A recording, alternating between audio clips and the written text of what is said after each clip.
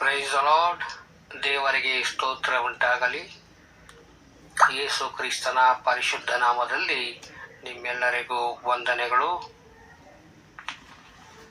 ಈ ದಿನದ ದೇವರ ವಾಕ್ಯ 1 ಸಮುವೇಲನು 9ನೇ ಅಧ್ಯಾಯ 27ನೇ ವಚನ. ಸಮುವೇಲನು ಸೌಲನಿಗೆ, ನಿನ್ನ ಸೇವಕನನ್ನು ಮುಂದೆ ಕಳುಹಿಸಿ ನೀನು ಇಲ್ಲಿ ಸ್ವಲ್ಪ ನಿಲ್ಲು, ನಿನಗೆ ತಿಳಿಸಬೇಕಾದ ದೈವೋಕ್ತಿಯೊಂದುಂಟು ಎಂದನು.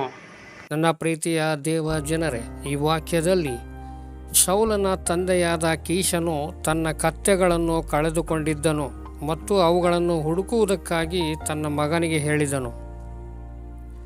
ಅವನು ತನ್ನ ಸೇವಕನೊಂದಿಗೆ ಅನೇಕ ಸ್ಥಳಗಳಲ್ಲಿ ಹುಡುಕಿದನು, ಆದರೆ ಅವು ಸಿಕ್ಕಲಿಲ್ಲ. ಕಡೆಯಲ್ಲಿ ಅವರು ಸಮುವೇಲನನ್ನು ನೋಡಲು ಹೋದರು. ಸೌಲನ ಬಗ್ಗೆ ದೇವರಿಗೆ ಒಂದು ದೊಡ್ಡ ಯೋಜನೆಯಿತ್ತು. ಆದರೆ ಇದನ್ನು ಅರಿಯದೆ ಸೌಲನು ಕಳೆದು ಹೋದ ಕತ್ತೆಗಳನ್ನು ಹಿಂಬಾಲಿಸುತ್ತಾ ಹೋದನು. ಆದರೆ ಸಮುವೇಲನು ದೇವರು ಅನುಗ್ರಹಿಸಿದ ಆಲೋಚನೆಗಳನ್ನು ಅವನಿಗೆ ಪ್ರಕಟ ಮಾಡಲು ಸೌಲನಿಗಾಗಿ ಕಾಯುತ್ತಿದ್ದನು. ಪ್ರಿಯ ದೇವರ ಮಗುವೆ, ನೀನು ಏನನ್ನಾದರೂ ಕಳೆದುಕೊಂಡರೆ ಅಥವಾ ದೇವರು ನಿನ್ನಿಂದ ಅಥವಾ ನಿನ್ನ ಕುಟುಂಬದಿಂದ ಏನನ್ನಾದರೂ ತೆಗೆದುಕೊಂಡರೆ ನಿರಾಶೆಗೊಳ್ಳಬೇಡ. ಅದು ದೇವರ ಶ್ರೇಷ್ಠವಾದ ಯೋಜನೆಯನ್ನು ತಿಳಿದುಕೊಳ್ಳುವ ಸ್ಥಳಕ್ಕೆ ನಿನ್ನನ್ನು ನಡೆಸುತ್ತದೆ ಎಂದು ಅರ್ಥ ಮಾಡಿಕೊ. ದೇವರು ನಿನ್ನ ವಿಷಯವಾಗಿ ಮಾಡಿರುವ ಯೋಜನೆಯನ್ನು ದೇವರು ನಿನ್ನ ಸಭೆಯಲ್ಲಿ ದೇವರಿಂದ ನೇಮಕಗೊಂಡ ಸಂತರಿಗೆ ಪ್ರಕಟಗೊಳಿಸಿರುವುದರಿಂದ ಅವರ ಸಂದೇಶಕ್ಕೆ ವಿಧೇಯನಾಗು.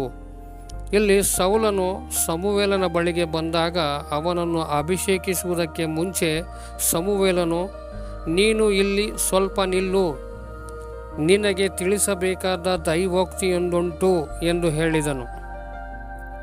ನನ್ನ ಪ್ರೀತಿಯ ದೇವಜನರೇ, ದೇವರ ವಾಕ್ಯವನ್ನು ಕೇಳಿಸಿಕೊಂಡು ಅದನ್ನು ಧ್ಯಾನ ಮಾಡುವುದಕ್ಕೆ ವಾರದಲ್ಲಿ ಎಷ್ಟು ದಿನಗಳನ್ನು ಉಪಯೋಗಿಸುವಿ?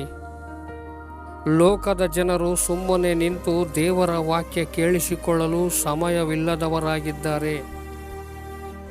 ಆಲಯದಲ್ಲಿ ಕೇಳಿಸಿಕೊಂಡ ನಂತರ ಅದನ್ನು ಅನೇಕ ಸಾರಿ ಧ್ಯಾನ ಮಾಡಬೇಕು, ಆಗ ನೀನು ಸದ್ಗುಣವುಳ್ಳವನಾಗುವಿ. ಅಪೊಸ್ತಲ ಕೃತ್ಯಗಳು 17ನೇ ಅಧ್ಯಾಯ 11ನೇ ವಚನದಲ್ಲಿ.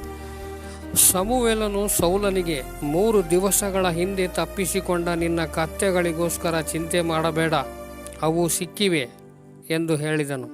ಪ್ರಿಯ ಸಹೋದರನೇ, ನಿನ್ನ ಭವಿಷ್ಯದ ವಿಷಯವಾದ ದೇವರ ಮಾತುಗಳನ್ನು ಕೇಳಿಸಿಕೊಳ್ಳಲು ನೀನು ಸಮಯ ತೆಗೆದುಕೊಳ್ಳುವುದಾದರೆ ನೀನು ಕಳೆದುಕೊಂಡಿರುವುದನ್ನೆಲ್ಲ ದೇವರು ನಿನಗೆ ತಿರುಗಿ ದೊರಕುವಂತೆ ಮಾಡುತ್ತಾರೆ ಮತ್ತು ನೀನು ಮತ್ತು ನಿನ್ನ ಕುಟುಂಬದವರು ಆಶೀರ್ವಾದಿಸಲ್ಪಡುವಿರಿ.